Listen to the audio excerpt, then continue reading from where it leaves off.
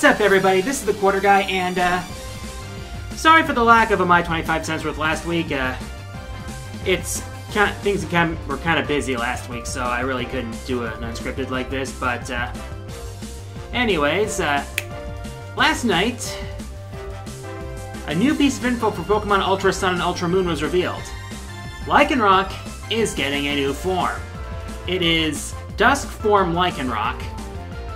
It looks similar in appearance to Midday form Lycanroc, except it's colored orange with green eyes.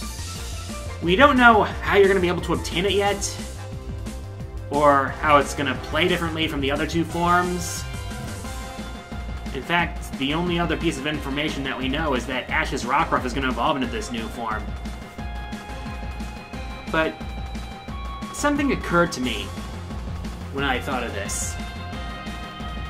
This is the first new piece of info we've had about Ultra Sun and Ultra Moon since the initial reveal. And it's got me wondering, just how much are they going to reveal before the launch of the game? I mean, prior to the launch of Sun and Moon, they kept the reveal train going and going and going and going.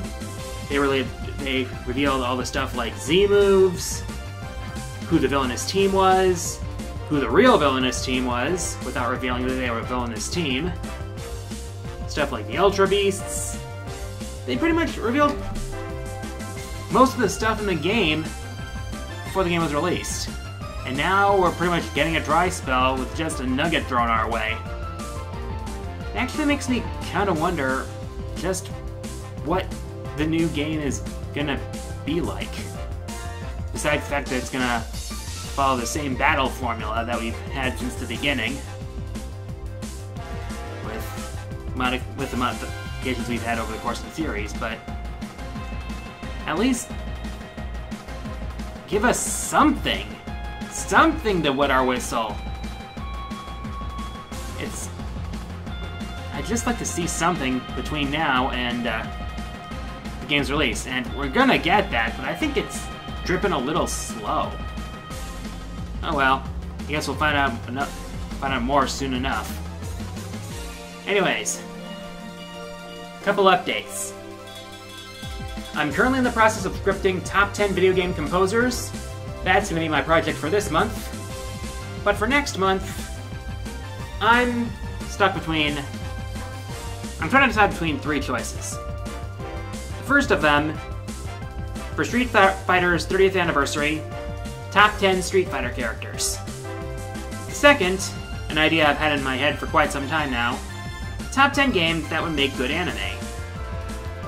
And the last choice I have, a remake of my top 10 least favorite Robot Masters list from 2013.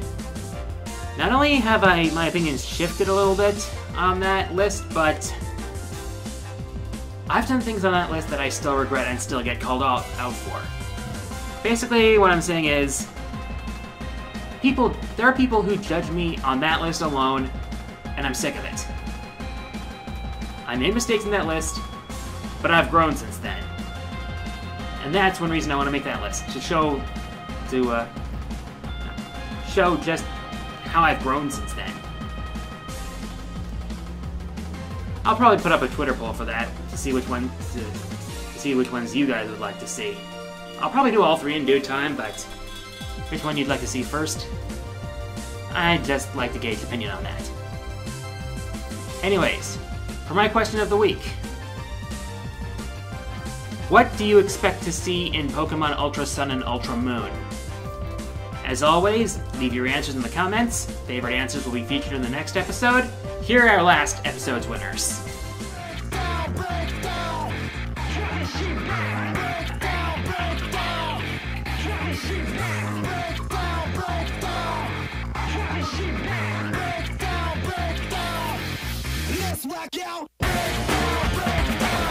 And with that, time for the Fourth Wall Mailbag.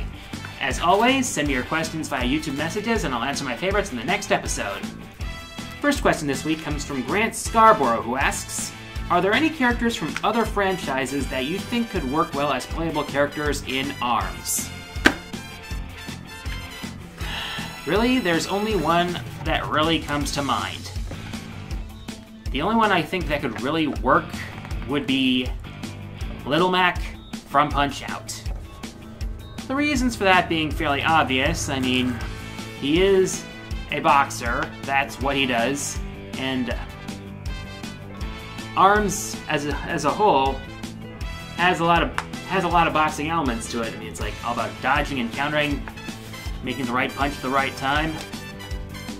So I think he could work as a guest character. I just wonder what kind of arms he'd have. But other than that, no other characters really come to mind that would really fit. Or it could be not being creative. Next question comes from an Invisible Water who asks, what's your opinion on King of Fighters Maximum Impact and its sequel? Well, I haven't played the first Maximum Impact, but I have played its sequel, known in the US as the King of Fighters 2006. It was okay. It wasn't really anything spectacular, but it was nothing terrible. It was playable and it was pretty decent. Thing is, when a franchise, especially a fighting franchise, lives its life in 2D, converting it to 3D is not the easiest thing, as we've seen with some other franchises, such as Mortal Kombat, the Samurai Showdown. Oh god, Samurai Showdown. Should never have left 2D. And even Street Fighter to an extent.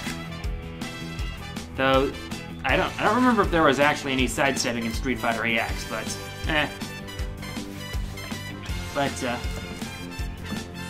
it's not the easiest thing to do. And King of Fighters is definitely better in 2D, but it's not terrible in 3D either.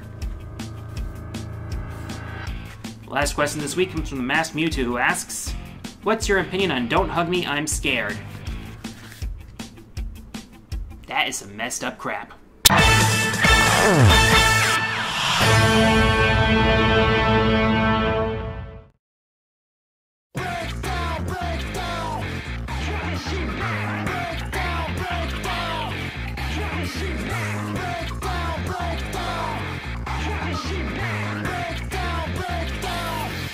Let's rock out.